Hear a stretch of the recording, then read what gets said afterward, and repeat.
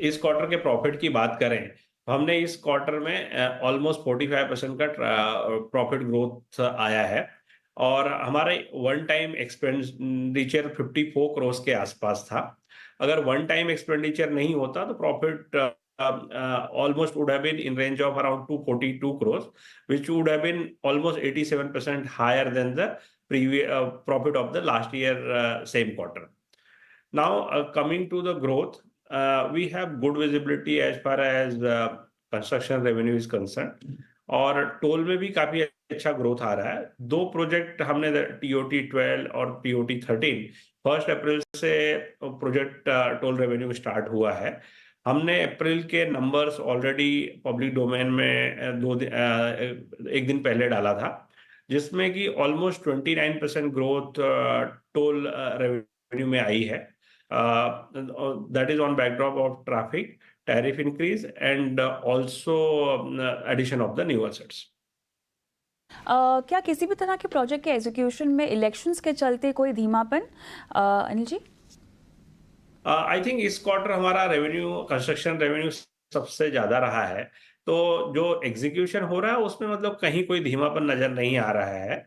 और मुझे नहीं लगता कि मतलब कोई धीमापन आने की संभावना भी है। प्रोजेक्ट एग्जीक्यूशन प्रॉपर वे में चल रहा है। ये बताएं, कंपनी की बिडिंग पाइपलाइन लगभग 3 लाख करोड़ के आसपास है, लेकिन इसमें से कितना हिस्सा जो है बिड्स को जीतने में लेकर एक्सपेक्टेड है? और 2 से 3 साल का नज़रिया अगर मैं रखूं तो किस तरह की पाइपलाइन आपको बनती हुई दिखाई दे रही है? क्या अग्रेसिव बिडिंग पोस्ट इलेक्शन भी हम होती हुई देखेंगे अगले महीने में? तो आई थिंक पाइपलाइन जो एग्रेसिव बिडिंग की बात कर रहे हैं उसमें मतलब ईपीसी और हैम में हमने एग्रेसिव बिडिंग देखी है। बीओटी और टीओटी में कंपटीशन पास्ट में भी काफी सेम कंपटीशन रहा है। नॉर्मली 3 से 5 प्लेयर ही इस सेगमेंट में होते हैं। तो बीओटी और टीओटी में हम कोई मेजर कंपटीशन नहीं देख रहे हैं।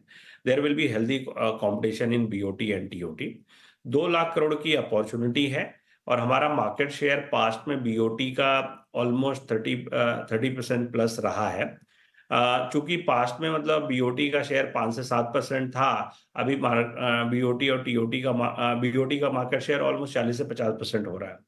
तो अगर हम 15 से 20% की बात करें तो हम 20 से 30 हजार करोड़ की अपॉर्चुनिटी फॉर आईआरबी जो आगे जाके अनफोल्ड होगी ऐसा लग रहा है, next over the period of 1.5 years। Alright, toll revenue 30% तक का जंप ईयर ऑन ईयर दर्ज होता हुआ दिखाई दिया है 503 करोड़ के आसपास अप्रैल में।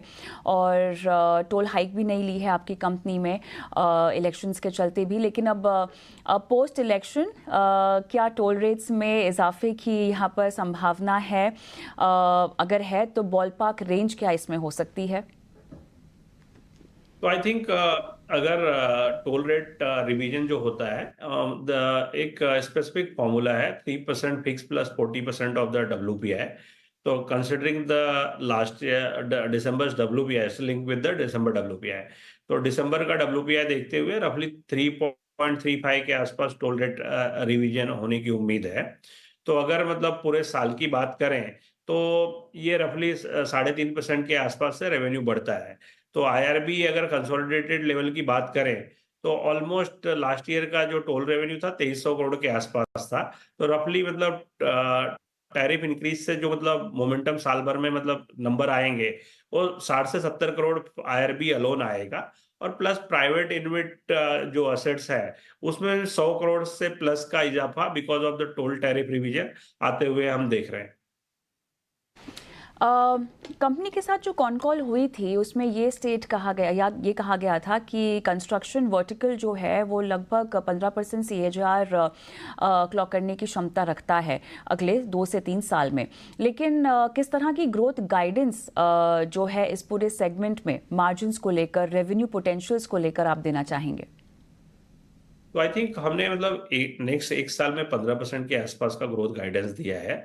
और आगे जाके जैसे कि हम बात कर रहे हैं कि बीओटी का प्रोपोर्शन बढ़ेगा तो आगे जाके ग्रोथ इससे भी बेटर हो सकती है।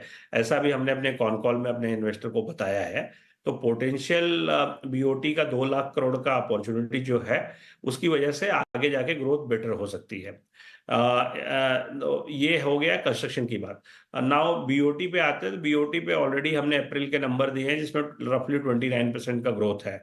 तो आई थिंक मतलब we expect healthy growth in both the segment, that is construction and BOT.